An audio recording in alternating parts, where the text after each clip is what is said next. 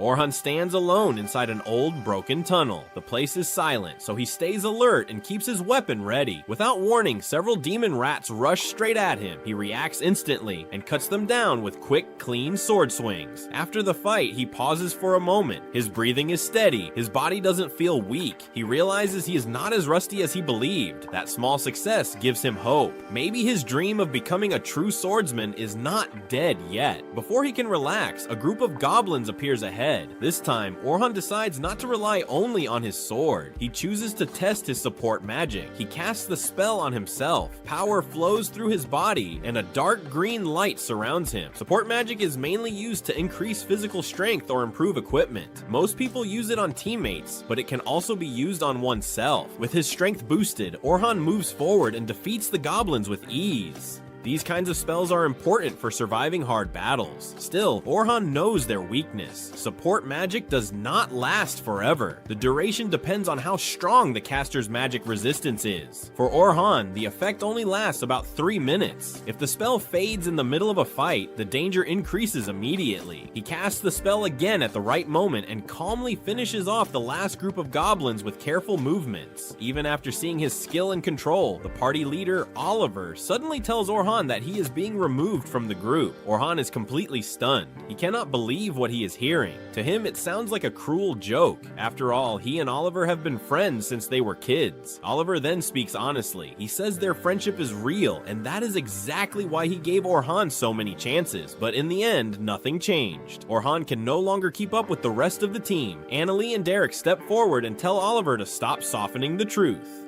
They bluntly tell Orhan that he is being kicked out because he is not strong enough. Orhan stands there, frozen. His mind struggles to accept it. This party was formed by Orhan and Oliver 8 years ago. They grew fast and became incredibly powerful. They were the first group to ever reach the 94th floor of the Southern Great Dungeon. Because of that, people began calling them the Heroes Party. Oliver admits that Orhan's support magic is not useless, but during their last mission, they saw enchanters from other teams. After comparing the difference, they realized how far behind Orhan truly was. Orhan reminds them that he is a swordsman, not a pure enchanter. Support magic was never supposed to be his main role. Dennis suddenly snaps at him and tells him to stop lying. He says Orhan only changed roles because Oliver was always better with a sword. Orhan denies it. He explains that the party desperately needed an enchanter, and he was the one with the most talent for it. He even created his own magic to cover his weaknesses. That effort is likely the reason they survived the deepest dungeon floors. Oliver ends the argument. He tells Orhan it no longer matters because they have already found a replacement. Orhan's eyes widen. He asks if this is really how they plan to treat him after everything they have been through. Deep down, he knows Oliver is right. There is no reason to keep fighting. Holding on to his last bit of pride, Orhan turns around and walks away. As he leaves, Annalie calls out to him. She says people like him are called Jack of all trades. He can do many things, but he is never truly great at any one of them. Later, while walking through the tunnel, Orhan thinks about those words. He believes he is flexible enough to master both the sword and magic, and when that day comes, no one will dare call him that again. Feeling exhausted, Orhan decides to head home. At the dungeon entrance, a group of adventurers suddenly runs out. They are pale, shaking, and clearly terrified. Orhan ignores them and keeps walking.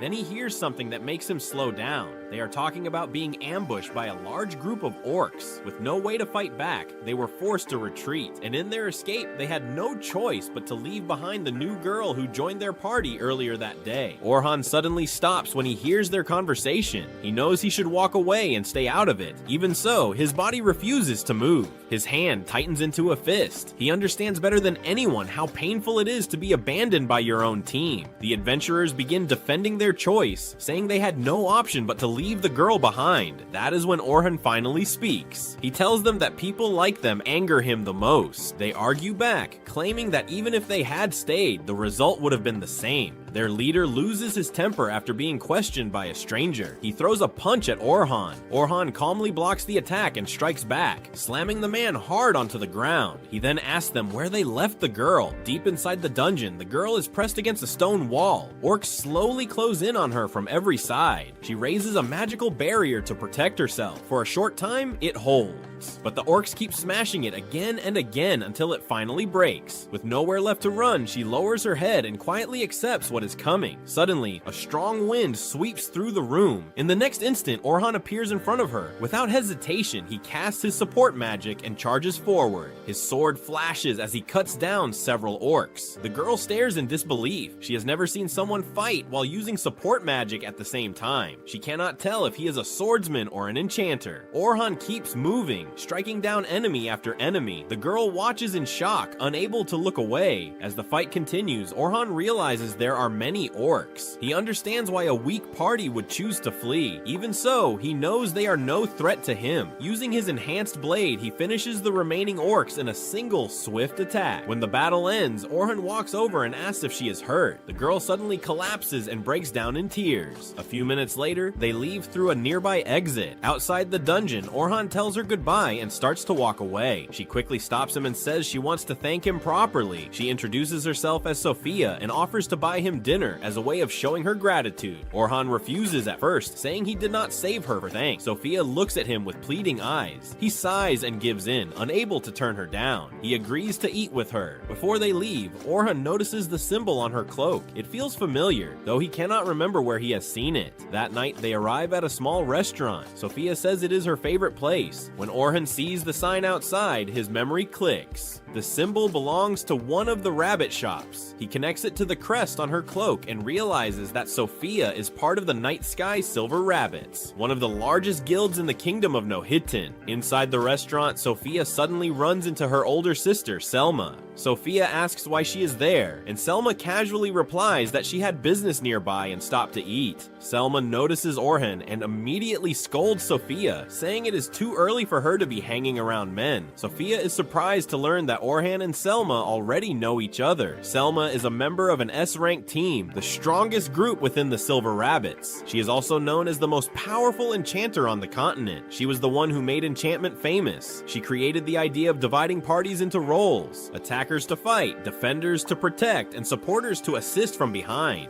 That system changed how all adventurers prepare for dungeons. It was because of her influence that Orhan chose to become an enchanter for his old party, and after seeing Selma's overwhelming enchantments during a raid last month, Oliver and the others decided Orhan was no longer needed. Orhan looks at Selma, confused by the cold glare she gives him. Suddenly, Selma accuses him of trying to get close to her 14-year-old sister. Orhan quickly explains that all he agreed to was dinner and that his intentions are clean. That answer only makes Selma angrier. She assumes he is saying Sophia is not good enough for him. Before things get worse, Sophia steps in and tells Selma to stop yelling. She reminds her that this man is the one who saved her life. Selma looks confused at first. Then, after a moment, her expression changes. She finally understands what happened. Sophia went into the dungeon alone. Sophia lowers her head and apologizes. The three of them sit down and begin eating together. Sophia is still curious about how Orhan and Selma know each other. Orhan explains that they met during a large raid. Back then, both of them were enchanters assigned to the same unit. Selma ranked higher, so she led the group while Orhan supported her during the mission. Selma looks surprised that Sophia does not recognize Orhan's name. She tells her that he was part of the famous Heroes party. Sophia gasps and immediately starts acting much more polite toward him. Orhan quickly clears things up. He tells them he is no longer part of the Heroes party. Selma is shocked. She cannot believe such a skilled enchanter was let go. She asks if that means Orhan is free now. Orhan assumes she is about to invite him to join the Silver Rabbits. Before she can finish, he refuses and says he does not plan to join any party.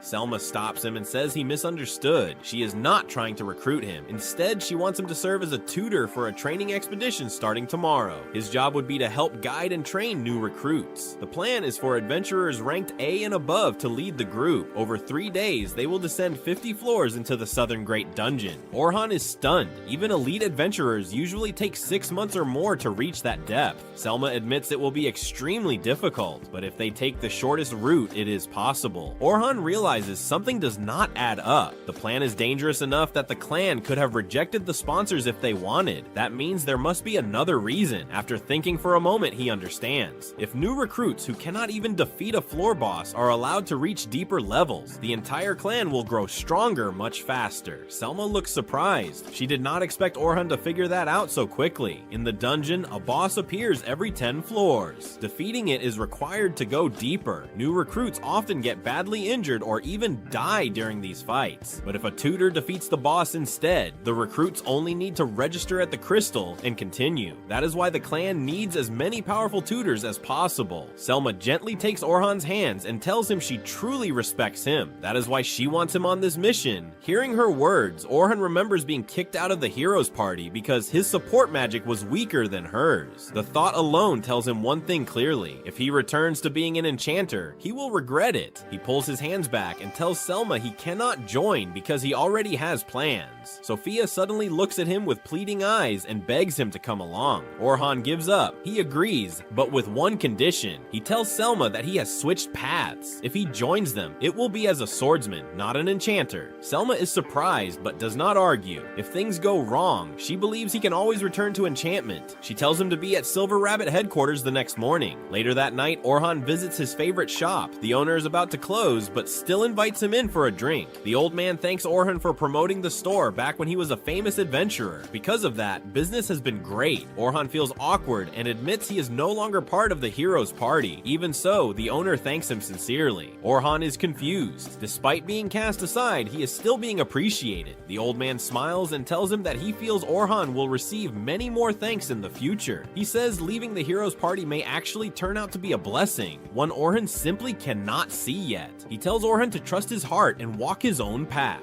No matter what happens, he promises to always support him. Orhan's eyes fill with tears. He bows his head and thanks the old man from the bottom of his heart. The next morning, Orhan shows up at the Silver Rabbit headquarters. He looks calm, healthy, and way less stressed than before. Selma notices this and asks if he feels lighter now that he's no longer stuck with the heroes party. Orhan says, yeah. Kind of. Not fully happy, but at least his headache is gone. Then the clan leader, Vince Bars, steps in and thanks him for coming. He says he's heard a lot about Orhan already, including the very stupid decision of the heroes party to kick him out. Orhan clearly doesn't want to open that wound again, so he smoothly changes the topic and asks about the teaching mission instead. Selma explains that in 3 days, they'll head deep into the Great Southern Labyrinth, all the way to the 51st floor. On the first day, they'll stop at the 21st floor. On the second day, the 36th, and then they'll push further step by step. While she's explaining this, we jump back to an earlier moment. Selma was talking to Vince about Orhan leaving the heroes party. She said it was a massive loss because without Dura, that team would never be the same. Vince agreed. Sure, Orhan's raw magic power wasn't anything crazy, but his real strength was support magic. His enchantments were fast. No, not fast, ridiculously fast. 4 times faster than Selma's. That's like finishing a fight while others are still warming up. On top of that, Selma had seen him use spells that didn't even exist in books. Original stuff. He could read the battlefield, predict what would happen next, and support his teammates at the exact right moment. Basically, he had every skill a top-tier enchanter should have. Yet the heroes party treated him like yesterday's trash. Selma was sure of one thing. With Orhan around, the Silver Rabbits would climb back to the top very soon. When Vince heard all this, he couldn't understand how someone like Orhan Dura could be thrown away so easily. One of his subordinates explained it simply. Support classes never get proper credit. Because she's famous, people overpraise her. But real monsters like Orhan, they get ignored, stepped on, and blamed for everything. Classic teamwork logic. Back in the present, Orhan listens carefully and reviews the plan. There will be 10 rookie groups and 5 escorts. Selma and Orhan are part of the escort team. The rookies will take turns fighting monsters, and if anything goes wrong, the escorts will jump in and clean up the mess. Orhan then asks a very logical question. Why only 5 escorts? With such a tight schedule and so many beginners, wouldn't more high-ranked fighters reduce the danger? Selma smiles and says they want the rookies to face real hardships so they can grow stronger. Orhan immediately knows that's not the real reason. It smells like half a lie, but he also knows better than to push. He's still an outsider after all. Even so, he agrees to help. Vince thanks him and explains the payment. 2 gold coins up front and 10 more if the mission succeeds. Orhan almost chokes internally. That amount could cover a normal person's living expenses for an entire year. He even says it feels like too much. Selma tells him straight up, this is what they think he's worth. Hearing that, Orhan promises he'll give it everything he's got. A few hours later, Orhan arrives at the dungeon entrance. The rookies are already there, nervously checking their gear and pretending they're not scared. When Selma shows up with Sophia, Orhan notices that Sophia is wearing the same outfit as before. Looks like it's the standard beginner uniform. He tells her she looks great in it. Sophia instantly turns red and thanks him in a tiny voice. Selma watches this and immediately starts teasing him, saying he sure knows how to charm young ladies. Then, with a suspicious look, she asks if he has a girlfriend. Orhan scratches his head and says no, but since his old team had women, he probably learned how to talk without getting slapped. Selma remembers that the heroes' party used to live together in one big mansion. Sophia then asks where Orhan is staying now. He casually answers that he's living at an inn. And just like that, the journey into the labyrinth is about to begin. The moment Sophia asks where Orhan is living, Selma completely freezes. Her brain instantly jumps to the worst conclusion. Why does her little sister want to know his address? Is she planning a visit, a surprise visit, a totally not suspicious visit? Selma panics so hard that Sophia has to wave her hands and quickly explain she was just curious. Nothing else. Selma calms down a little. To escape that awkward moment, Selma switches topics and asks why Orhan is standing so far away from the rookies. Orhan calmly explains that since he's an outsider, he doesn't want to crowd them. In fact, keeping some distance actually makes beginners more alert. Nervous people pay more attention. It's scary, but useful. Since we're already talking about nervous rookies, Orhan suggests Selma help calm them down. She agrees and tells Sophia to go meet up with her team. Not long after, Orhan walks with Selma toward 3 adventurers who are assigned as escorts. Selma introduces Orhan with full confidence, praising him and saying he'll be an amazing teammate. Coming from someone like her, that praise hits hard, and the 3 escorts instantly believe it. Orhan, meanwhile, is quietly dying inside and asks her not to hype him up so much, especially in front of others. Introductions begin. The blue-haired guy says his name is Anthem and that he's a defender. Bernard, the serious-looking one, is also a defender. Kathy introduces herself as the healer. Orhan introduces himself as the attacker. Looking at the lineup, Orhan admits the team is well balanced. But then a thought hits him. If he hadn't joined, one of them would have been forced to act as the attacker. That doesn't sit right with him. This plan feels weird. Seeing the doubt on Orhan's face, Selma once again remembers a private talk she had with Vince. He told her he understood how painful it was to lose such a powerful card, but he also reminded her of a hard truth. Orhan is an enchanter, just like Selma. Because of party balance, he couldn't stay in the first squad, no matter how strong he was. Selma agreed, but it still hurt. Her clan hadn't improved at all since last year, not even one step forward. That made her believe the Silver Rabbits were slowly falling behind. That fear is exactly why she invited Orhan to this expedition. Still, Orhan only agreed on one condition. He would fight on the front lines as a swordsman, not sit in the back as support. All Selma can do now is hope that when things get dangerous, he truly stands at the front. After finishing with the escort group, Selma and Orhan move toward the rookies. Selma steps forward, and the moment she does, everyone falls silent. She announces that today marks the beginning of their descent toward the 51st floor of the Great Southern Labyrinth. She knows they're nervous. Reaching such a deep level so early in their careers is terrifying, but she tells them not to panic because she brought someone special in case anything goes wrong. Then she introduces Orhandora. She reveals that he has already reached the 94th floor, a place even top figures of the kingdom have never seen, a level Selma herself hasn't reached. The rookies are stunned. Whispers spread instantly. People turn their heads, staring at Orhan like he's some dungeon monster wearing human skin. Orhan quietly asks Selma to stop raising the bar any higher. She ignores him. Not only does she say he'll be their main example inside the dungeon, but she also casually drops the bomb that he used to be part of the hero's party. Boom. In one sentence, Orhan becomes a celebrity. The trainees look at him like he's a walking legend. After the speech, Orhan complains that she basically placed him on a god-level pedestal. Selma says it was necessary. If the rookies feel safe, they'll perform better. In Orhan's head, though, the word hero only matters if it helps his grandfather run the shop back home. That's it. He just hopes all this attention doesn't turn into a massive headache later. Selma then assigns Orhan to Team 10, made up of the most talented rookies. If they learn teamwork, they could easily reach the middle floors. She grabs Orhan's hand, giving it a gentle squeeze, as if asking him to look after them. Orhan isn't sure if trusting an outsider this much is wise, but it's too late now. He walks over to Team 10. 3 rookies are standing there, including Sophia. Orhan looks around. Something feels off. Someone is missing. After a quick head count, Orhan realizes something uncomfortable. Yes, everyone is present, but this team is tiny, way too tiny. Sending so few rookies together is risky, extremely risky. The confident boy steps forward with a smile that screams future headache and says that no one else can keep up with their speed anyway. Orhan looks at him and silently wonders what kind of menace this kid will become when he grows up if he already has this much attitude now. Orhan tells them to introduce themselves properly. The smug kid goes first. He says his name is Logan Hayward and proudly declares that he's an enchanter who will one day surpass Selma herself. Orhan nods politely, but inside he's thinking, ah yes, confidence level, boss fight. Next is Caroline Inglot, who introduces herself as a defender. Orhan quickly notices something strange. For a defender, she's barely wearing any protective gear. When he asks about it, Caroline casually explains that she hates armor and shields.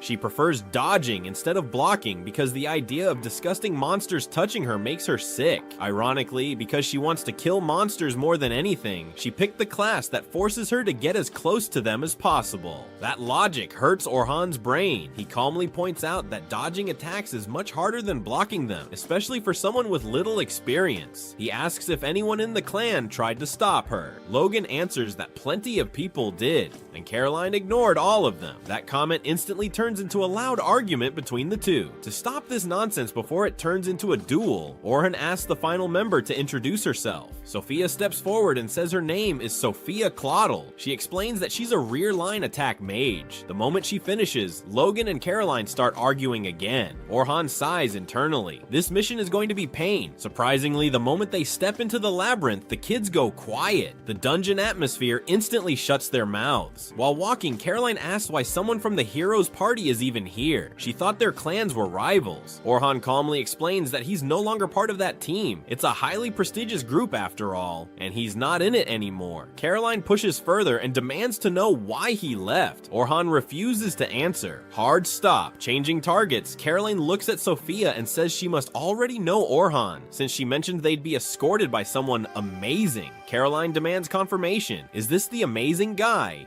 Cornered, Sophia turns as red as her hair and admits that yes, this is him. She says Orhan saved her life once, that he's incredibly strong, and that he used to be part of the heroes' party. She also says her sister told her not to worry, because as long as Dora was there, everything would be fine. Orhan listens quietly. He doesn't see himself as a hero at all. He even wonders if Selma exaggerated everything just to keep her sister calm. Suddenly, 2 wolves that had been silently watching decide to attack from behind. Bad idea. They leap forward and instantly trigger a magical trap Orhan placed earlier along the path. The wolves are neutralized before they even reach the group. Orhan feels relieved. Preparing traps for surprise attacks was the right call. These kinds of enemies aren't worth wasting time on. Time is precious here. If they're going to struggle, it should be against real threats. Later, when Team 10 reaches the 20th floor, Orhan has seen enough. He won't have much trouble supervising them for the rest of the expedition. Logan, despite being annoying, is actually talented. His enchantments are solid, and if he performs well in longer fights, he'll be very useful in a ranked group someday. That said, he's terrible at giving orders, which is a big problem for his role. Still, that's something he can learn with time. Caroline is insanely fast, just like a dodge-based defender should be, but she has 2 serious problems. First, she attacks without thinking and constantly puts herself in danger. Yes, she needs to be on the front line, but the way she throws herself into danger is worrying. Second, she only uses 2 daggers. They fit her style, but the damage output is low. The team lacks firepower because of it. Sophia isn't as flashy as the other 2, but she's already stronger than an average rookie. She hesitates sometimes and stays passive during fights, but that should improve once she syncs better with her teammates. Most importantly, she doesn't have any major weaknesses, which makes her future growth very promising. Meanwhile, Selma's group, with help from the escorts, defeats the boss of the 20th floor. After that, the rookies register the floor on their guild cards, officially ending the first day of the expedition. With some time to relax, Selma asks Orhan what he thinks. He says Team 10 has serious potential, but they don't work well together yet. He admits he's especially worried about Caroline. Selma says she's already improved a lot recently. Orhan can't help but wonder how terrifying she must have been before that improvement. The next morning, Orhan's mood crashes hard. He opens the newspaper and sees a front-page article about the heroes' party's new enchanter. The article openly states that Orhan was expelled. No mercy, no respect. perfect. Angry and humiliated, he crushes the paper in his hands. What worries him even more is the thought that some rookie might have read it and started looking at him differently. That's the last thing he wants. As he leaves the inn and heads to the meeting point, a familiar voice calls out to him. It's Luna, someone he hasn't seen in a long time. Back when Orhan was still in the hero's party, when everyone else treated him worse and worse, Luna stayed kind.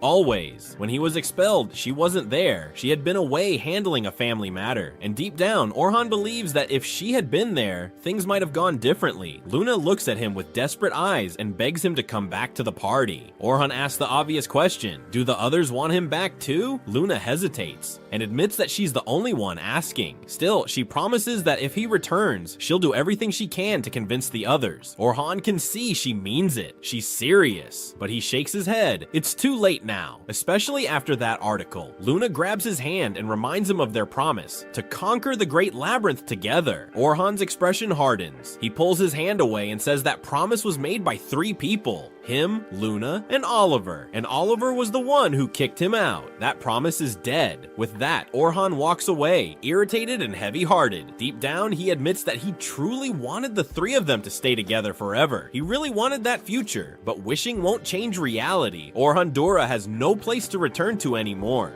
When Orhan reaches the meeting spot, he immediately feels something is off. The students are whispering to each other, clearly talking about the article that spread overnight. They're confused and curious, wondering why Orhan never told them that he was removed from the hero party. Before anyone can question him directly, Selma shows up. She quickly apologizes to Orhan. The day before, she had proudly told the students again and again that he was a member of the hero party, not knowing the truth. Orhan calmly tells her it's fine. He admits that part of the misunderstanding is his fault, since he never clearly explained what happened back then. He reminds everyone that no matter what the article says, the facts haven't changed. He still reached the 94th floor on his own and had no trouble leading them the previous day. A rumor like this doesn't erase his experience or strength. Caroline and Sophia never doubted him for a second, but Logan looks far less convinced. Logan directly asks if the article is true. Orhan answers honestly, yes, he was kicked out for being too weak, but strength is relative. Even so, he promises that he's more than capable of guiding them safely down to the 51st floor. Most of the group accepts this, but Logan silently decides that Orhan must be overrated. They soon enter the dungeon, aiming to reach the 35th floor by the end of the day. Until they pass the 31st floor, Orhan isn't allowed to fight and can only supervise. All he can do is watch closely and step in only if something goes seriously wrong. Thankfully, the students handle the early floors smoothly thanks to their talent. Once they reach the 31st floor, Orhan finally takes command and moves to the front. Suddenly, he raises his hand and tells everyone to stop. He senses monsters nearby. The group immediately prepares for combat as goblins appear ahead. Orhan tells Caroline to attack first. She rushes forward without hesitation, but she pushes herself a bit too far. Orhan is about to ask Logan to support her with magic, but Logan has already started casting. He doesn't see the point in waiting for Orhan's orders, especially since he no longer sees him as a real hero. Orhan notices Logan's attitude, but he doesn't react. Instead, his attention shifts to Sophia. She's facing an orc and completely frozen in fear. Memories of her past dungeon trauma are holding her back. Orhan chooses not to jump in immediately. Logan, watching this, thinks Orhan is a terrible instructor for letting her struggle and prepares to rescue her himself. That's when Logan realizes something strange. Orhan has quietly cast a spell that slows the orc down, giving Sophia extra time. Without drawing attention to it, Orhan calmly speaks to her, reminding her that she isn't alone anymore.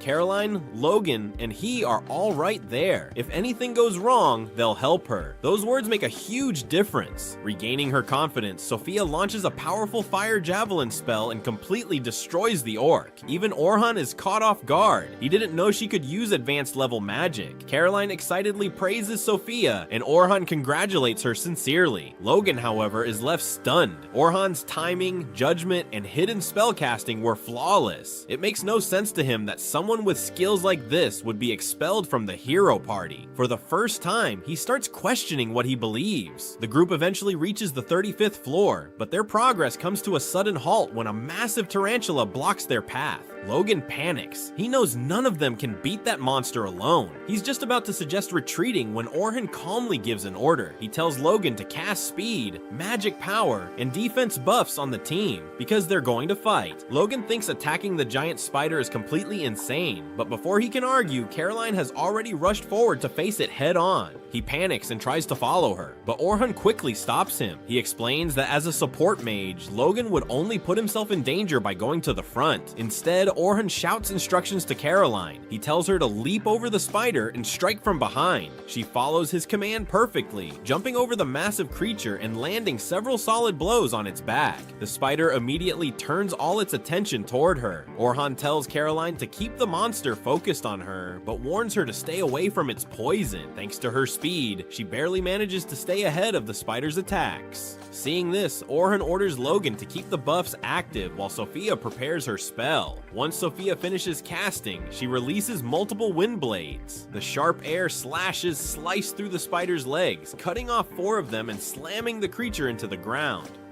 Still, it's not defeated yet. Orhan calmly tells Logan to cast another boost, this time increasing Caroline's strength and speed. Logan doesn't understand why at first, but the reason becomes clear almost immediately. The spider suddenly fires sticky webbing and drags Caroline toward its open mouth. This is exactly what Orhan predicted. The strength boost was meant to help Caroline break free on her own, but even with the buff, she's still struggling. At that moment, Orhan secretly enhances the sharpness of her dagger. With the extra cutting power, Caroline finally slices through the web and escapes. Now it's time to end the fight. Orhan tells Sophia to fire a rock bullet spell. The attack slams into the spider and finishes it off for good. With the battle over, Orhan praises everyone for their teamwork. After that, the group returns safely to the surface. Tomorrow will be their final day when they attempt to push all the way down to the 51st floor. Selma reminds everyone to rest well and prepare themselves. As Orhan is heading out, 2 other supervisors call out to him. They aren't looking for trouble, they simply invite him to have dinner with them. Since he hasn't really talked to them much during the expedition, he agrees, and the 3 of them head to a tavern together. At the same time, Sophia, Caroline, and Logan are riding home in a carriage. Logan is unusually quiet, lost in thought after everything he witnessed. Remembering that Orhan once saved Sophia from a group of orcs, he asks her if she remembers how Orhan fought back then. Sophia says she doesn't recall all the details, but she remembers a powerful gust of wind when Orhan landed, followed by him enchanting his sword before cutting down the orcs. Logan guesses that the enchantment must have been a sharpness spell. That surprises him, because weapon enchantments are much harder than buffing people. What confuses him even more is why someone so talented with magic would fight using a sword. Sophia admits she doesn't really know either, but she did hear that Orhan recently started training as a frontline fighter. Hearing this makes Logan feel conflicted. He was angry and disappointed when he learned Orhan had been removed from the hero party, thinking he had failed somehow. But after today, he realizes how wrong he was. Orhan wasn't just a great supporter, he was exceptional. Casting debuffs is extremely difficult, yet Orhan used one effortlessly. Even Selma avoids debuffs most of the time because of how complex they are. On top of that, Orhan read the battlefield perfectly, gave flawless instructions, and even predicted the spider's final move before it happened. Logan has never seen an enchanter anywhere near this level, so why would someone like that switch to being an attacker? Caroline asks if Orhan is at least strong with a sword. Sophia nods and says he has to be, otherwise he never could have saved her from those orcs. That's when it finally clicks for Logan. Orhan isn't just talented, he's a rare genius, someone who excels in both magic and swordsmanship. Logan understands now that surpassing Orhan is impossible, at least for the moment. Still, he refuses to give up. Quietly, he makes a promise to himself he'll learn everything he can from Orhan and work hard until one day he can stand at the same level. Meanwhile, Orhan is at a tavern with the other supervisors, enjoying a well-earned meal. The food is surprisingly good, and the relaxed atmosphere feels nice after a long day. Curious, the others ask him what he used to do for fun back when he was part of the hero party. Orhan gives a small smile and says he barely had time for fun at all. Most of his days were spent handling errands, planning, and taking care of all the behind-the-scenes work. Hearing that, the others feel genuinely bad for him. It makes the article calling him useless sound even more ridiculous. If anything, it seems like Orhan was holding the entire party together. They tell him he shouldn't waste his energy worrying about people who failed to appreciate him. Hearing someone defend him like that means more than Orhan expected, and he thanks them sincerely. Still, they can't hide their curiosity. From what they know, Orhan was once an enchanter in the hero party, and according to Selma, an incredibly skilled one. So why did he suddenly switch to fighting on the front lines? Orhan explains that after leaving the hero party, he finally picked up a sword sword again, because that's what he always wanted. Before becoming an enchanter, he had joined the party as a swordsman, and becoming the strongest swordsman in the world was his lifelong dream. Watching his grandfather fight when he was younger inspired that goal. That raises another question. If being a swordsman was his dream, why become an enchanter at all? Orhan sighs and tells them it wasn't his choice. In the early days, as the hero party pushed deeper into the dungeon, the enemies became far stronger. Their team setup simply couldn't keep up. Around that time, Selma's influence began spreading, and the party decided they needed an enchanter. Since Orhan could learn almost anything, the responsibility naturally fell on him. It wasn't easy, but his decision allowed the party to reach the 94th floor. Still, Orhan says that wasn't truly a good thing. They advanced too quickly. Instead of slowly building strength, they rushed forward unprepared. Whatever waits on the 94th floor is something the hero party absolutely cannot handle right now. Trying to go further would be nothing but reckless. The mood shifts when they notice Orhan growing tense, so they quickly change the subject. They ask him what kind of swordsman he wants to become. Orhan answers without hesitation. He wants to be a versatile swordsman, someone who can adapt to any situation and even survive the deepest floors alone. The others are stunned. It's an unheard of goal, but if anyone could achieve it, they believe Orhan can. The next day, the hero party enters the dungeon once again, and remembering Orhan's warning about the danger beyond the 94th floor, one thing becomes painfully clear. They're about to do something incredibly foolish. On his last day, Orhan walks over to the new group to say goodbye, and the three kids run to him with big smiles, happy to see their teacher one final time, while Caroline jokes that this whole journey would feel better if there was a reward waiting at the end, making Logan curious enough to ask what kind of prize she wants. And Caroline slowly looks at Sophia, causing Sophia to turn red because she already understands the hint, and just as she gathers the courage to speak, Orhan gets called away and hears two adventurers talking about how the hero team is heading deep into the Great Southern Labyrinth from the 92nd floor to test a new battle plan, which makes him quietly worry they should start on safer floors, but he pushes the thought aside and keeps moving, while at the same time on the 92nd floor, Oliver feels confident and believes victory is guaranteed now that the team is free from what he calls their weak link, with most of the group agreeing except Luna, because 2 days earlier, a cheerful new girl named Philly Carpenter joined them, full of energy and excitement, and Oliver proudly says she once reached the 100th floor of the Great Western Labyrinth and calls her their first real enchanter, making Dirk and Annalie laugh and joke that they no longer need to rely on the old member, as Philly thanks everyone for the warm welcome and notices the fancy room and expensive setup, asking if all this money really goes into missions, but Oliver quickly changes the topic and says today is about celebrating Philly, not talking about Orhan, when suddenly Luna rushes in with urgent news and announces that Orhan has joined a powerful team called the Night Sky Silver Rabbits and is heading into the same labyrinth, shocking everyone who can't believe someone they see as useless could join such a strong group. And when Luna learns the truth that Orhan was kicked out and replaced by Philly, she gets angry and says it was a huge mistake because Orhan was the heart of the team and the reason they survived so long, while Annalie and Dirk argue back and say the rest of them don't feel the same, leaving Luna to finally accept that he is gone for good, which makes Oliver feel relieved as he explains their next plan to test Philly on the 92nd floor in 2 days before pushing deeper to the 94th. But Luna crosses her arms and warns them this is reckless and that even if Philly is skilled, they should start on safer floors, reminding them of the dangerous black dragon that nearly killed them before, yet the others brush her off and keep blaming Orhan for past struggles, forcing Oliver to end the argument by saying the mission will only test their new setup and not fight the dragon. And now back in the present, the hero party is already in trouble as they face powerful enemies without fully knowing how to work with their new member, and standing in front of them is a huge mammoth-like monster with thick skin and massive strength as Oliver charges forward, but the beast blocks him with its long tusks. Oliver's attack misses and he quickly pulls back as Dirk steps forward with his shield to take the front, but at the same time Oliver feels his body grow heavy because his magic boosts fade away, making him turn to Philly and ask why the power spells keep stopping, and she nervously admits she still doesn't understand how the team fights or when to use her magic, which makes Oliver remember how Orhan learned everything in less than an hour on his very first day, and before he can think more, the mammoth slams into Dirk with massive force, nearly knocking him down, causing Annalie to shout because she almost gets hit too, and even though Dirk grits his teeth and tries to hold on. Everything feels harder than usual. Annalie shoots flames at the beast, but they barely leave a mark, making Oliver stare in shock as he realizes her strength is much weaker than normal. So he tells Philly to boost Annalie, and even though Philly says she already did, she tries again. Yet Annalie's next attack still does nothing, which confuses Oliver because he believed Philly's magic should be stronger than Orhan's ever was. While Dirk struggles to keep the monster back and yells for help, snapping Oliver back to his senses as he orders Annalie to circle around and attack from the side. But the beast notices her instantly and forces her to jump away, making Oliver tell Philly to watch the enemy and warn them of its moves, only for her to admit she can't do that and can only focus on support magic, which makes Annalie groan in frustration as Oliver looks around and starts to panic because everyone feels weaker and he doesn't understand why. And just as Luna steps forward to explain the real reason, the ground begins to shake and a massive shadow covers them as the black dragon appears, filling the air with fear and heat, making Oliver gasp because the dragon was never supposed to leave its boss area. But the dragon doesn't care and crushes the mammoth like it's nothing, causing Luna to shout for everyone to run, while Dirk and Annalie refuse to back down, and Oliver clenches his fist, saying they beat this monster once and can do it again. But the dragon fires a blazing fireball that sends Dirk flying even with his shield up, forcing Luna to rush over and heal him, as Oliver turns in anger and demands to know why Philly didn't boost their front fighter, only to see her frozen in fear and unable to move.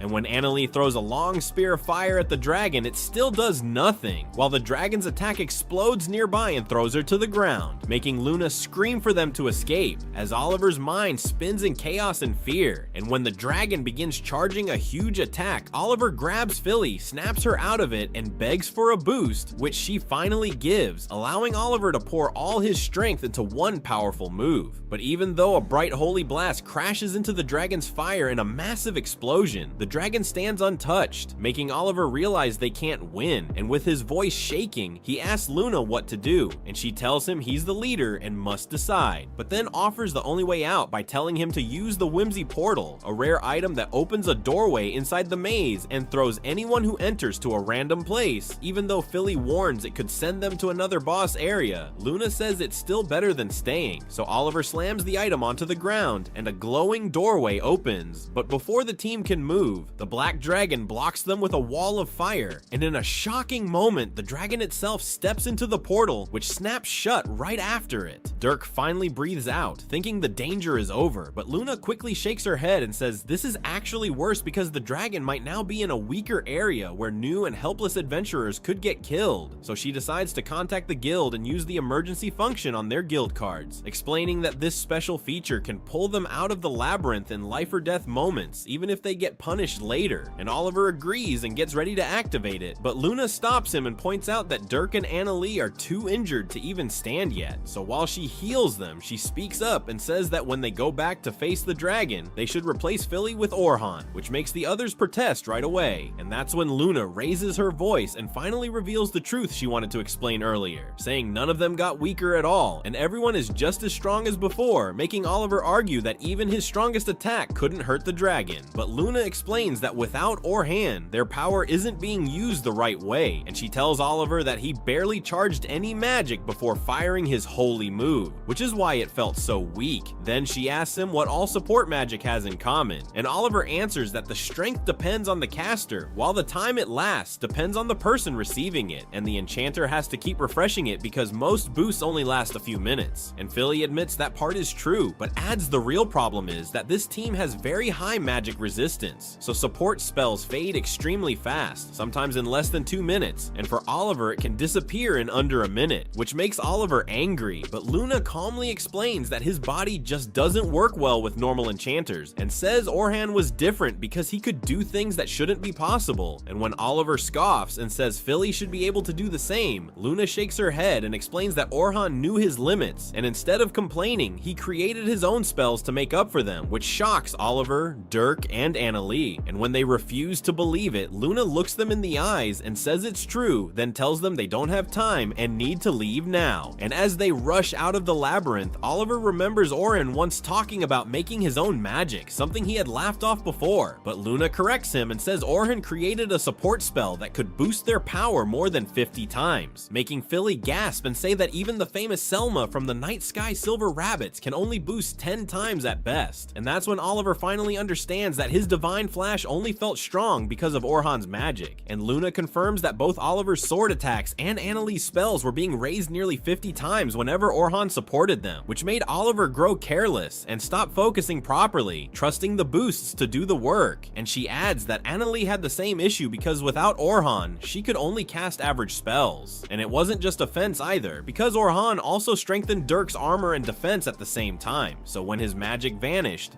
the team didn't just lose power, their bodies also felt heavy and slow, and later, once they make it outside, other adventurers call them heroes. But Oliver lowers his head and says they don't deserve that title after almost putting others in danger, and even though they once defeated the Black Dragon, he reminds himself that back then, he swung his sword with his own hands, and in his heart, he still believes the hero party doesn't need Orhan. The expedition is finally reaching its end. Today's plan is clear. The teams will begin on the 36th floor, push forward together, and once they reach the 50th floor, everyone will activate their teleport stones and safely leave the dungeon. On paper, it sounds like a routine mission, but for some reason, Orhan can't relax. As one of the supervisors, he knows the newer recruits aren't strong enough to handle the monsters alone. Still, with experienced veterans watching over them, everything should go smoothly, and yet, the dungeon feels different today. Heavy, wrong. Orhan tries to figure out why his instincts are screaming at him, but no clear answer comes to mind. Before he can dwell on it any longer, the younger adventurers surround him, buzzing with excitement. Their energy pulls him out of his thoughts, and despite his better judgment, Orhan decides to ignore the uneasy feeling. For now, Caroline eagerly asks him how she can fight better. She wants to rack up as many monster kills as possible. Orhan shuts that idea down gently, reminding her that she's still inexperienced. As a defender, her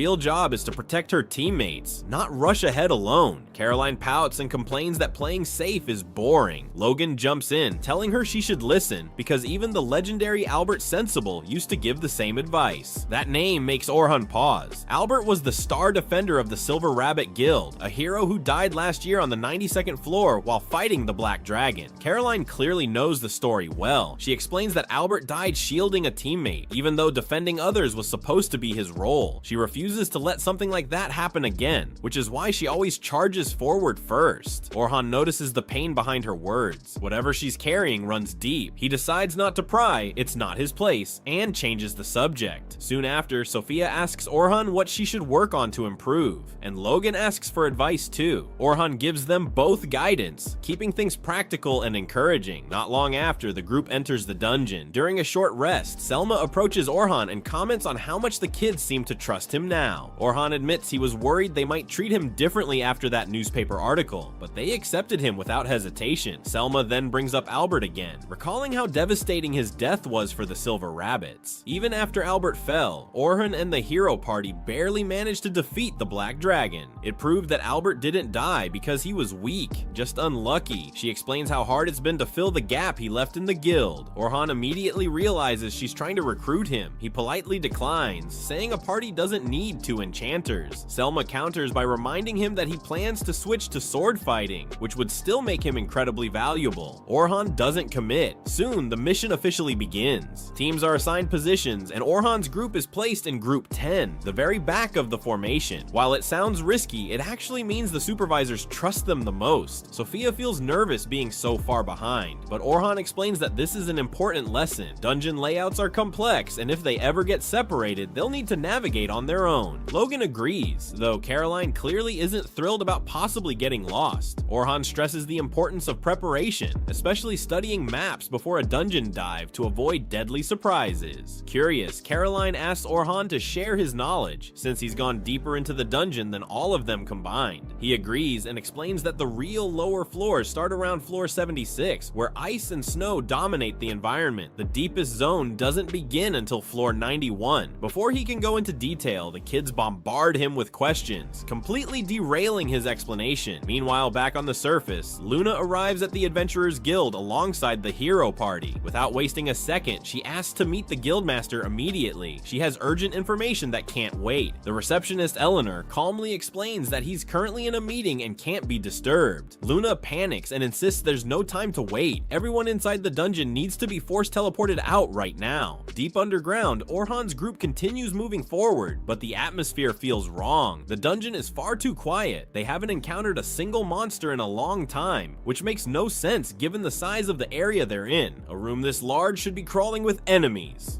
Logan breaks the silence by asking Orhan if this kind of emptiness is normal for the floor. Orhan immediately shakes his head. In all his years exploring the dungeon, he's never seen anything like this. A space this large should be crawling with monsters, yet there's nothing. It feels as if every creature nearby has either disappeared or is hiding from something far more dangerous. Caroline, on the other hand, is growing restless. The quiet is driving her crazy. She came here to fight, not to walk through an empty maze. Just as her frustration peaks, a lone goblin appears ahead, wandering carelessly through the corridor. Without a second thought, Caroline charges. Orhan shouts for her to stop, warning that the goblin is strong enough to knock her out in a single blow. She ignores him completely. With no time to argue, Orhan steps in and casts a debuff, weakening the goblin just enough to slow its movements. That opening gives Caroline the chance she needs to bring it down safely. She proudly declares her victory, but the mood quickly shifts. Sophia and Logan scold her for acting without thinking. If Orhan hadn't been there, she could have been seriously injured. Worse, they would have been forced to rush in and rescue her, putting the entire party in danger.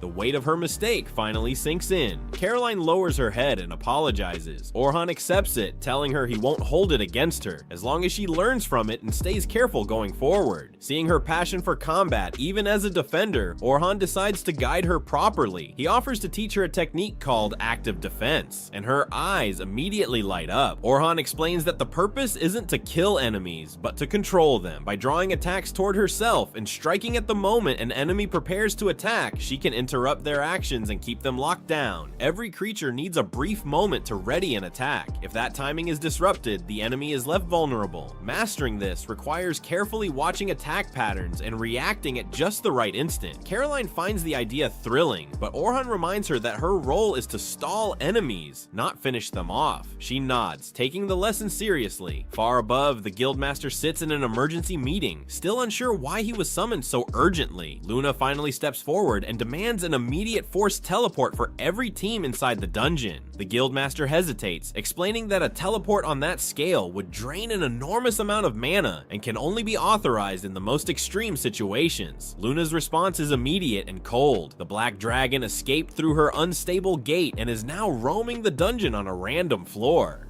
If nothing is done, an encounter is inevitable, and no ordinary team would survive it. Back underground, Logan asks Orhan to teach him debuff magic. Orhan refuses outright. Debuffs are complicated, relying heavily on knowing an enemy's magic resistance, and they lose effectiveness against monsters on deeper floors. Instead, Orhan demonstrates something far more practical. As a pair of wolves charge toward them, Orhan does nothing. Moments later, the wolves trigger hidden traps and are taken out instantly. The group is stunned. Orhan explains that controlling the battlefield is an enchanter's true role. Preventing ambushes and shaping the flow of combat is far more valuable than direct damage. Turning to Sophia, Orhan advises her to master parallel casting. Her spells are powerful but slow. By beginning a second spell halfway through the first, she can maintain pressure without wasting time. It's difficult, but with practice, anyone can learn to cast multiple spells at once. He suggests she try it after the mission and mentions that Selma could help teach her. After a brief pause, Sophia admits she'd rather learn from Orhan himself. The request catches him off guard. He wants to refuse, but her hopeful expression leaves him no choice. With a resigned sigh, he agrees. On the surface, the teleport spell is finally ready. The Guildmaster announces that all dungeon teams will be extracted immediately. He then turns to the hero party and orders them to return and slay the black dragon. The room goes silent. They all know how close they came to dying the last time they faced it. Anelli starts making excuses, claiming they need time to recover, but Luna cuts her off. They will return to the dungeon and kill the dragon as soon as possible. She has only one condition: Deep in the dungeon, Orhan's group reaches the floor boss chamber. Since the enemy is far too dangerous for the recruits, the supervisors take over. Orhan charges first, drawing the troll boss's attention and controlling its movements with precision. With the monster fully distracted, the others attack in perfect coordination. The battle ends in minutes. At the same time, the hero party makes its way back toward the dungeon, following Luna.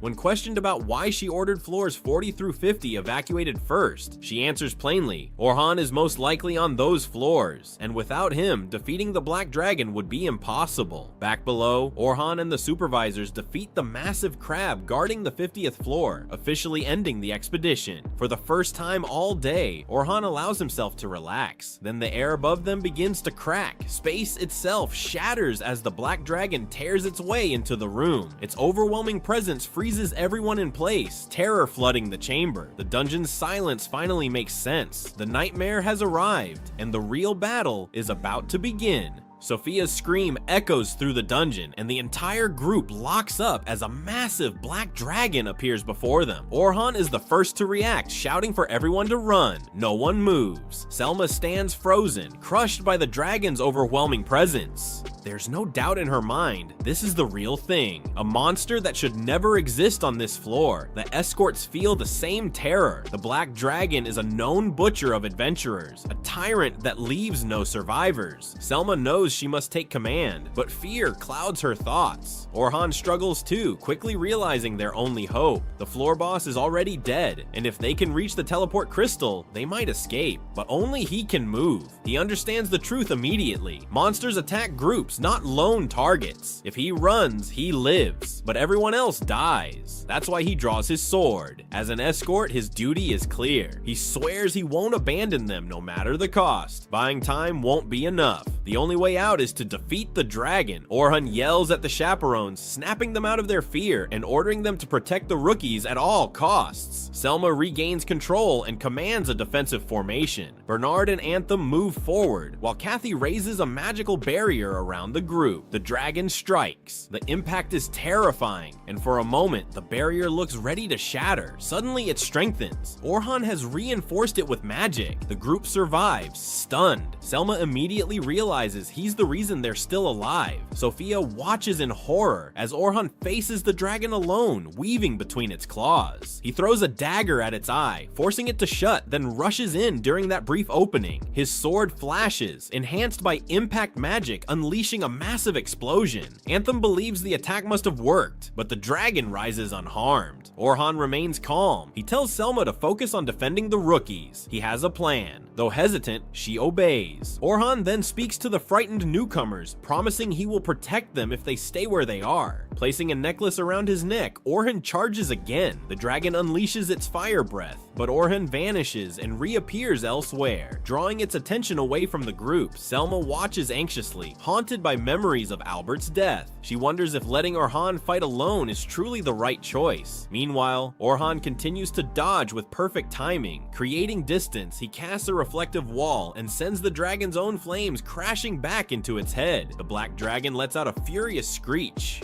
Orhan smirks and taunts it, asking if it enjoyed the taste of its own flames.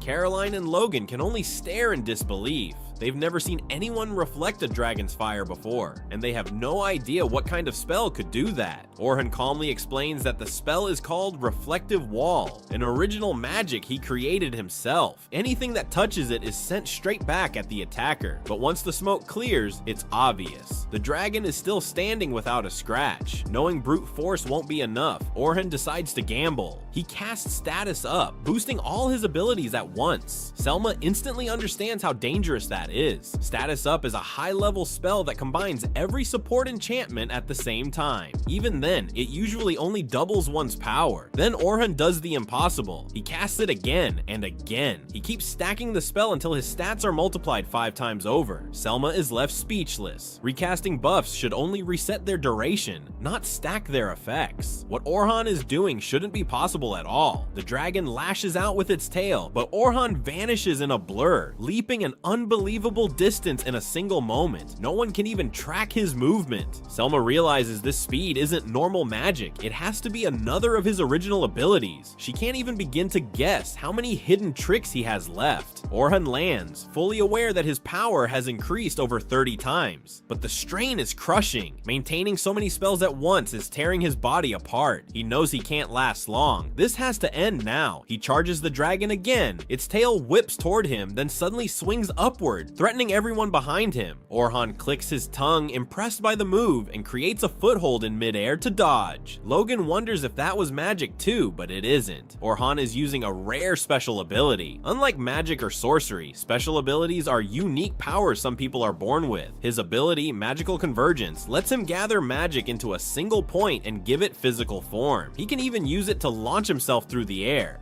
Oliver has the same ability, though he only uses it for attacks. Propelling himself forward, Orhan enhances his sword with sharpness up and durability up.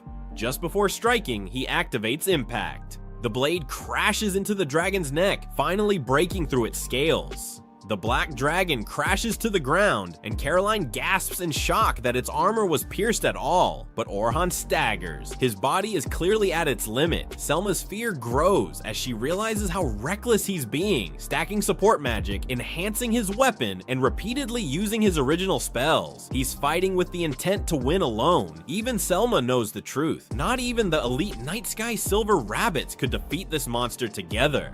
Joining the fight now would change nothing. The dragon roars and unleashes another blast of fire. Orhan dodges instantly and launches himself straight toward its head, preparing for another decisive strike. Watching Orhan fight, Selma feels something trembling inside her. At first, she thinks it's worry, but she quickly realizes it's something else, something unfamiliar. The feeling unsettles her, and fear tightens her chest. She doesn't understand it, but she knows she can't let it distract her now. The only thing she can do is protect the rookies so Orhan can focus on the battle. The black dragon suddenly changes its attack. Orhan senses the danger instantly and sprints away, narrowly avoiding a barrage of destructive blasts. He vanishes from sight for a moment, and Sophia panics, convinced he's been hit. The scene shifts to Orhan's childhood. Back then, he lived in a lively town, laughing and playing with his friends. Life was peaceful, until the day it all ended. While Orhan and Oliver were away training, bandits attacked their village and destroyed everything. When they returned, nothing was left. Their home, their families, their future, gone. All they could do was cry and bury the dead. Standing among the graves, Oliver swore he would become strong so no one could ever steal from him again. Orhan made his own vow to grow powerful enough that he would never lose what mattered to him ever again. Back in the present, Orhan remembers that promise. He became an adventurer to gain knowledge and strength, to stand against the cruelty of this world. And now, to protect everyone behind him, he only has to do one thing: defeat the monster in front of him. Sophia exhales in relief when Orhan reappears unharmed. Selma studies the dragon's last attack and recognizes it immediately. When the black dragon shapes that purple mist into a weapon, it's using its strongest spell, the same one that has wiped out countless adventurers. Facing it is like facing fear itself. Orhan analyzes the attack calmly. It's similar to his own magical convergence, drawing power from the surrounding magic and shaping it freely. But something feels off. Compared to the last time he fought it, the dragon is using fewer variations. That means it's still holding back. It's underestimating him. Orhan charges again, weaving through the storm of attacks. He fires a flame shot at the dragon's head to close the distance, then swings his sword. This time the dragon's scales are even harder, and the purple mist coils tightly around its body. Thinking fast,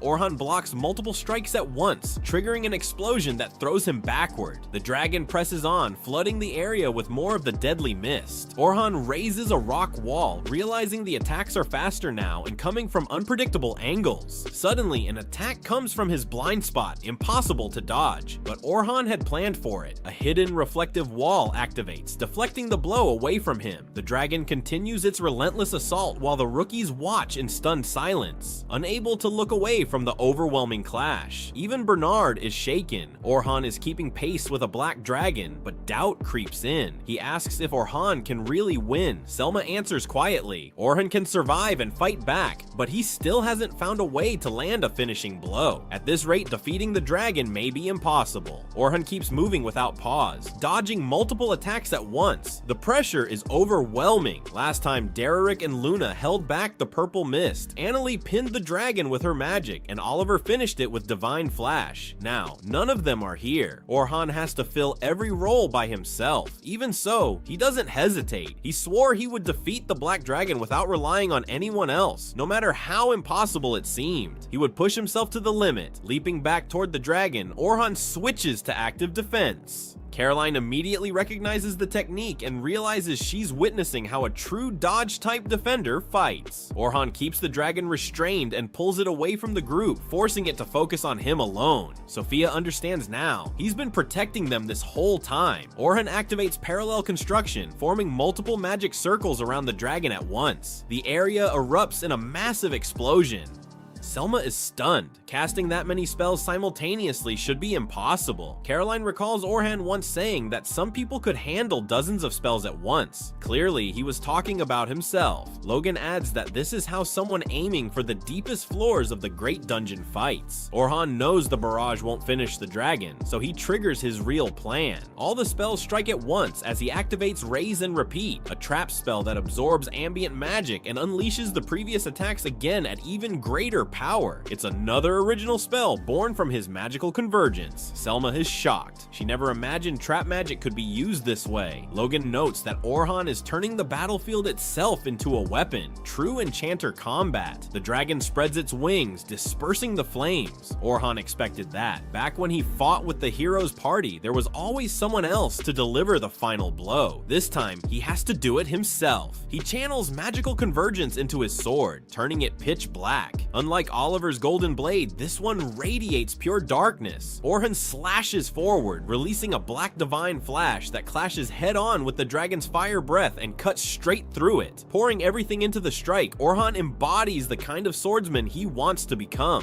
one who can fill every role alone. The dragon recoils in fear, but Orhan doesn't let it escape. He boosts the attack with impact and lands a direct hit. Still, the dragon survives, sacrificing its tail to shield its head. A deep floor boss wouldn't fall so easily. Orhan tightens his grip. He has his own reason not to lose. This is a one-on-one battle now, and neither of them can retreat. The dragon roars and charges, snapping wildly at him. Orhan dodges, but his enhanced buffs fade. Time's up. Selma immediately casts status up, but the spell fails. Orhan tells her he rejected it. Outside, buffs would disrupt his rhythm. Their job now is to protect themselves. Selma realizes what that means. He's fighting this alone, and there's no place for her in this final exchange. Orhan activates quintuple status up once more, and unleashes a devastating thunder shock, reinforced with impact. The dragon crashes to the ground, and silence follows. Then, a low growl echoes. It's still alive.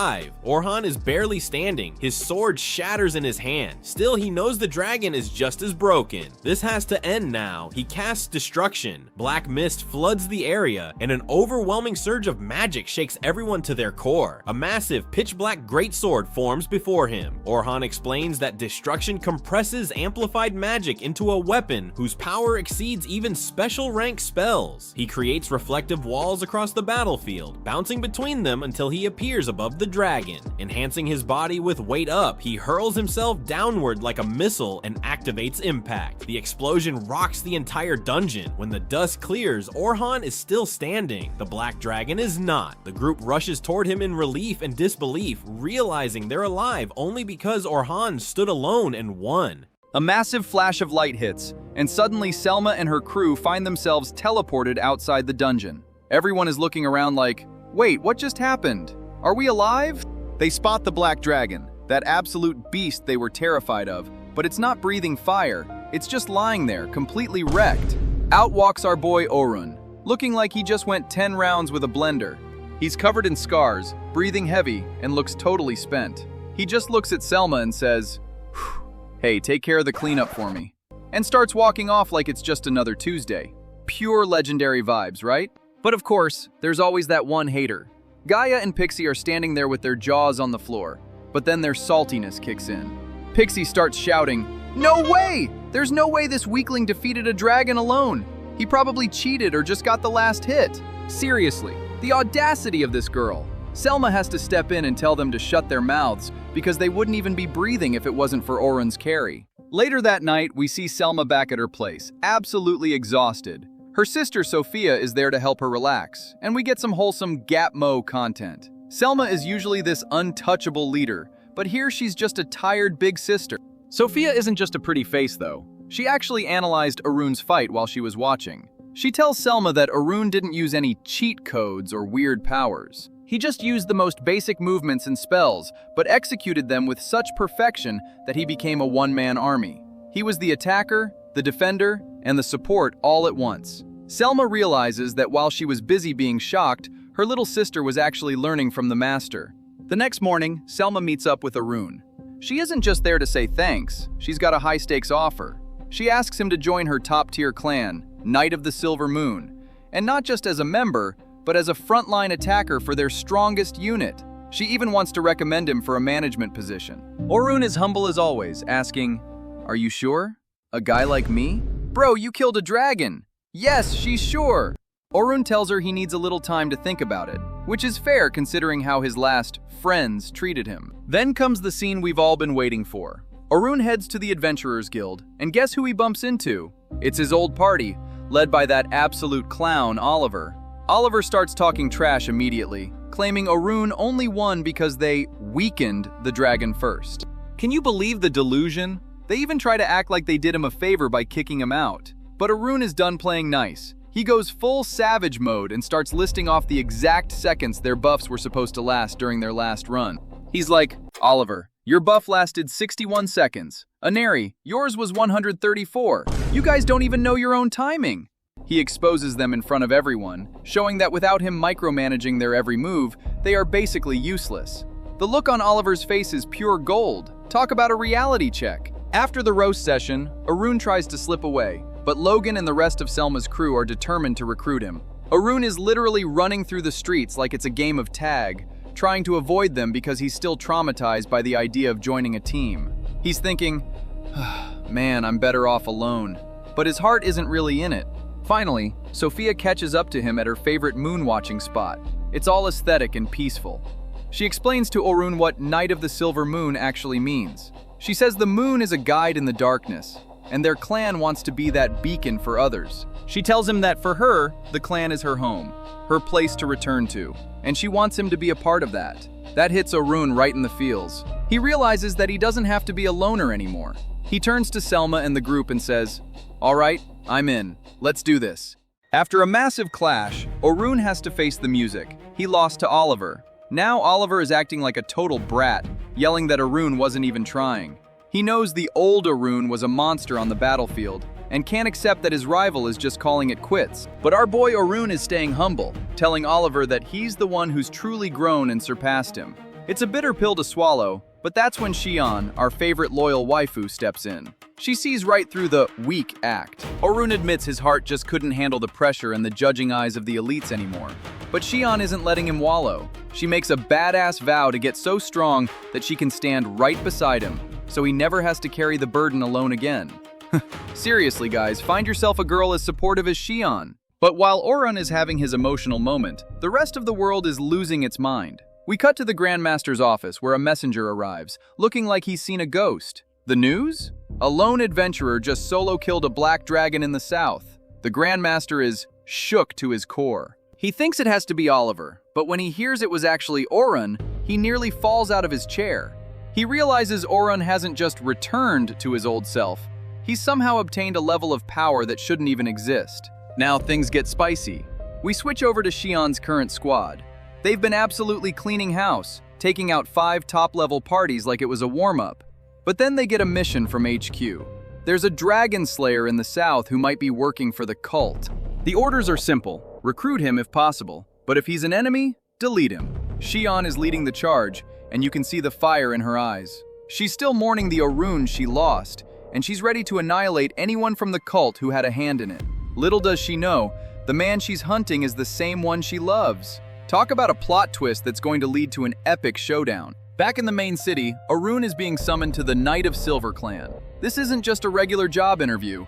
They want him as a high-ranking executive. The big bosses are listing his achievements like a resume from heaven. Killing dragons, managing the hero's party, and having insane tactical knowledge. But when the Grandmaster asks if he'll devote his entire life to the clan, Orhan drops an absolute bombshell. He looks them dead in the eye and says, "Nope, I won't." The whole room goes silent. You could hear a pin drop. Orhan explains that he isn't there for the clan's glory or politics. He's there to protect the people. He made a vow a long time ago to get strong enough to ensure he never loses anything important again. Surprisingly, this rebel answer actually wins them over, and he's officially voted in as the new ace. Next, Orhan gets introduced to his new squad, the first unit. And let me tell you, this team is stacked. We've got Selma, the tactical leader, Rain, a 24-year-old mage who is... let's just say she's got a very big personality that leaves Orhan a bit flustered. Lucre, the 18-year-old healer, and Will, the beefy defender. The banter is top tier, but then they get to the real question. How the heck did you kill a black dragon by yourself? This is where the script gets crazy. Orhan reveals his secret sauce. He's developed 2 original spells that are basically cheat codes. The first is called Impact. It can boost the power of his equipment or magic by up to 100 times. Yeah, you heard that right, 100 times. The second spell is a stacking support ability that allows him to layer buffs. During the dragon fight, he had his stats boosted by 32 times. The first unit is completely speechless. They realize Orhan isn't just a jack of all trades. He's a tactical genius who literally invented new magic because he couldn't use high-level spells. It's the ultimate hard work beats talent moment, guys. But there's one tiny problem. During that legendary dragon fight, Orhan's sword basically gave up on life and broke. He needs a new blade if he's going to keep up with this elite squad. They head over to the clan's master blacksmith, Alan. Alan is a legend, but he tells Orhan that if he wants a sword that won't shatter under his insane power, he needs materials from the deepest floors. Orhan, being the casual king he is, just opens his bag and starts pulling out legendary loot like it's grocery shopping. Manticore fangs? Got 'em. High-grade claws? Here you go. And then he drops the ultimate flex. The scales of the black dragon he just slaughtered. The team is stunned. Seeing those scales is a heavy reminder of their past failures, but it also proves that Orhan is the real deal. He's not just filling a seat, he's the new powerhouse of the Knight of Silver. With a legendary dragon scale sword in the works and a squad that finally has his back, Orhan is ready to redefine what it means to be a hero. But with Xion and her Dragon Slayer hit squad closing in, the drama is only just beginning. The episode kicks off with Orhan feeling a bit nostalgic. He's back in a party, and you can see the determination in his eyes. He doesn't want to let down the people who actually welcomed him. Selma, the leader, calls everyone to order because it's time for a briefing. Their mission? Head down to the 86th floor to collect some noxious sheep wool. But this isn't just a simple fetch quest. Selma wants to test their coordination with Orhan now in the mix. She's aiming for the 94th floor to stand shoulder to shoulder with the hero's party, and she knows Orhan is the key to getting there. As they arrive at the 86th floor, the scenery is absolutely stunning. It's a vast, open area that looks more like a paradise than a dangerous dungeon.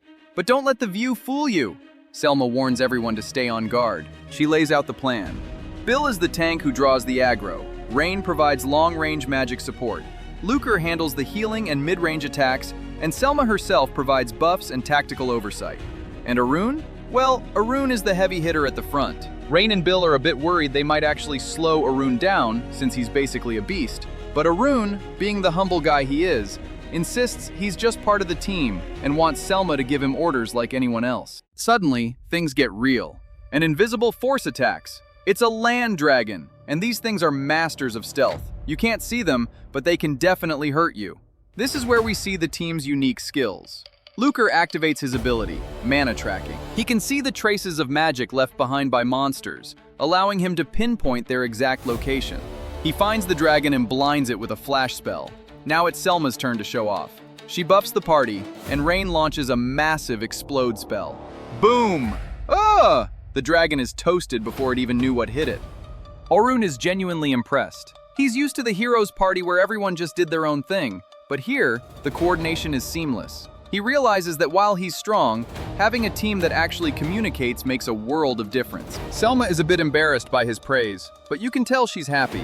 But wait, the party isn't over yet! 2 more monsters appear. This time it's hide turtles. These things are basically walking tanks with shells harder than diamond. Selma decides to use her trump card for coordination. Telepathy. She can link her mind with her teammates to give instant orders without saying a word. Orhan is mind blown. This is exactly what he wished the hero's party had. With Selma's voice in his head, Orhan maneuvers to the side while Bill draws the turtle's attention. Orhan starts stacking buffs on himself. Strength up, technical up, sharpness up. He's glowing like a Super Saiyan at this point. He times his move perfectly with Bill and unleashes his signature move, Impact. In one single devastating strike, he cleaves through both turtles and the land dragon behind them. The power is so insane that the rest of the team is just standing there with their mouths open. After the battle, everyone is buzzing. They've never seen anyone handle high-level monsters with such ease. Selma asks Orhan the big question. Do you think we can actually conquer the 94th floor? Orhan doesn't hesitate. He tells them that even without him, their skill level is incredibly high. They've clearly put in the work over the last year, and he has full faith in them. This really boosts the team's morale, especially since they've been training like crazy ever since they lost their previous member, Albert. Selma admits she's terrified of losing anyone else, and she asks Orhan to protect them. Orhan promises that as a member of the first unit, he'll never let his comrades fall. With the dangerous stuff out of the way, they finish the mission by shearing the noxious sheep. Orhan is even a pro at shearing wool. Is there anything this guy can't do? Back at the guild, it's time to celebrate. They head to a tavern, and the drinks start flowing. This is where the vibes really kick in, guys. Everyone is laughing, thanking Orhan for joining, and talking about how much fun they had. Luker even admits he was worried Orhan would be hard to talk to because he's a dragon slayer, but he's actually just a nice guy. But then, things get a little chaotic. Selma, who usually acts like the strict, composed leader, gets absolutely hammered. And when Selma drinks, her One-san energy goes through the roof. She starts getting really clingy with Orhan, leaning on him and telling him how much she's been waiting for this day. The rest of the team is just laughing their heads off, teasing Selma and telling Orhan to enjoy being the man of the hour. Rain and Luker are also feeling the buzz, and poor Orhan is stuck between 2 beautiful drunk women. He's blushing harder than a tomato, wondering how his life went from being kicked out of a party to this. Eventually, the party ends and Orhan has to carry a completely passed out Selma home. He arrives at her place late at night, only to be met by Selma's younger sister, Sophia. Now, Sophia is Orhan's student, and she's a bit of a protective sister. When she sees Orhan carrying her drunk sister home in the middle of the night, her mind goes to some wild places. She asks Orhan if they're in that kind of relationship. Orhan panics, trying to explain that Selma just drank too much because she was happy about the mission. Sophia eventually calms down and takes over. She realizes that Selma has been under a lot of pressure lately, trying to lead the unit and reach the 94th floor. Having Orhan join must have been a huge weight off her shoulders. Even though she's embarrassed, Selma wakes up briefly and realizes she's being carried by Orhan, making her heart flutter just a little bit. The next morning, Selma is back to her professional self, mostly. She meets Orhan at the guild, looking a bit shy, and apologizes for her behavior. Orhan tells her it's fine and they should just focus on the future. They share a fist bump, and you can tell this is the start of something legendary. And that's where the episode ends. Orhan has found a place where he's truly valued, and the first unit has found the powerhouse they needed to reach the top. But the journey is just beginning. What kind of monsters are waiting for them on the 94th floor? And will Selma ever be able to look Orhan in the eye again without blushing? You'll have to wait for the next part to find out. Right at the start, we are introduced to a girl named Carla from the Exploration Management Department. Carla is basically the one who takes care of all the brand new rookies in the guild. And guys, guess what? Orhan has officially accepted the massive responsibility of taking charge and guiding the brand new 10th squad. Everyone is super relieved because Orhan is an absolute beast and he knows exactly what he is doing. Carla tells Orhan that his ultimate goal is to train these guys so well that in just 6 months, they can conquer the middle floors of the labyrinth all by themselves. Bro, that is a seriously high hurdle. But Orhan is just built completely different, and he casually accepts this massive challenge. Before he even meets his new rookies, Orhan has a super deep and emotional conversation with Selma about her younger sister, Sophia. And guys, grab your tissues right now because Sophia's backstory is actually super tragic. We find out that Sophia's mother was actually a servant in the noble Claudel household, and she sadly passed away right after giving birth to Sophia. After that, the Claudel family took Sophia in, but her life was a living hell. Because she was the child of a mistress, she was treated absolutely terribly since she was a little kid. Selma explains that she tried her best to protect her little sister, but after Selma left the house, the abuse towards Sophia just got even worse. Bro, that is so heartbreaking. Selma literally begged Sophia to come with her, hoping she becomes a splendid explorer to be independent. Orhan listens to all of this and promises Selma that he will protect her. After that heavy moment, Orhan finally goes to meet his new students. And guys, the moment they see him, Sophia, Logan, and Caroline are completely hyped up. They are so incredibly happy that Orhan is going to be their official master. Logan is literally fanboying right now because he saw Orhan completely dominate that terrifying black dragon in the previous joint exploration. Orhan is super humble about it and says he barely survived, but he tells the rookies that one day they will also have to face monsters as crazy as that black dragon. Now, Orhan lays down two absolute golden rules for his new squad. First, they always have to keep their brains working and think flexibly.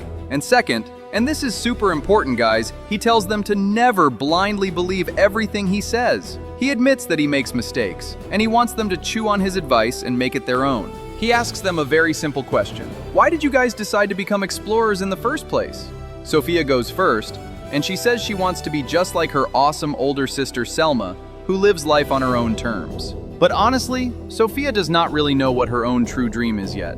Orhan smiles and promises to help her find that dream. Next up is Logan. Now Logan's story is super inspiring. He comes from a super poor village where people literally starve, and the whole village pooled their last pennies together to send him here. He wants to make a ton of money to save his village. Logan also admits that seeing the black dragon made him realize he is actually super weak, and he is begging Orhan to teach him everything. Then guys, things get super dark again when Caroline speaks up. She says she just wants to kill magic beasts so that people will smile. Why? Because when people are smiling, they do not hit her. What the heck? Guys, this reveals Caroline's incredibly traumatic past. Orhan knows that she was held captive by the evil Cyclamen cult for years. This cult is a brutal organization trying to revive an evil god, doing horrible human experiments. She was rescued by Albert, but she was tortured so badly because she has a unique rapid healing ability. And to make it worse, Albert later died, leaving her deeply traumatized. Orhan is heartbroken hearing this, but he promises to face her trauma head on. To lighten the mood, Caroline asks Orhan to give them cute nicknames because her name is too long. So Orhan dubs them Log, Sophie, and Carol, and they all decide to call Orhan Master. It is super wholesome, guys. But the wholesome moments end fast because the brutal training montage officially kicks off. During combat training, Carol is fighting super recklessly. She just stands there and lets enemies hit her from behind. Orhan stops the fight and asks her what she is doing. Carol just casually says that she cannot die. Her wounds heal instantly, and she is used to the pain, so do not worry about it. Bro, are you kidding me? Orhan gets completely serious. He tells Carol to look at her friends, Sophie and Log. They are not smiling. Orhan explains that seeing her get hurt causes her friends deep emotional pain, and it takes away their smiles. Carol suddenly realizes that her reckless fighting is destroying the exact smile she wants to protect. She starts crying and begging them not to hit her, but Orhan calmly reassures her. He promises that no one here will ever hit her again. Next, we see Log practicing with a spear. Orhan explains that a spear keeps enemies at a distance, allowing Log to safely use his support magic at the same time. Log is super impressed by Master Orhan's tactical genius. Then we move on to Sophie's training, and bro, this is pure torture. Orhan is making her continuously subtract numbers out loud, while simultaneously casting 2 different magic spells at random targets. This parallel processing training is insane. But suddenly, Sophie feels a weird sensation in her hands. Even without casting the spell, the target just randomly falls over. Orhan instantly realizes what is happening. He thinks she might be awakening her unique skill, just like her sister Selma, but he tells her not to rush it and to slowly figure out this mysterious power. Eventually, their hard work pays off. Orhan proudly announces that Log, Sophie, and Carol managed to defeat the floor boss, officially passing the first stage of training. Guys, the episode ends on an epic note. We see Orhan holding his brand new sword forged from the black dragon's scales. Looking at this blade, Orhan makes a serious vow. He swears to protect his precious comrades no matter what.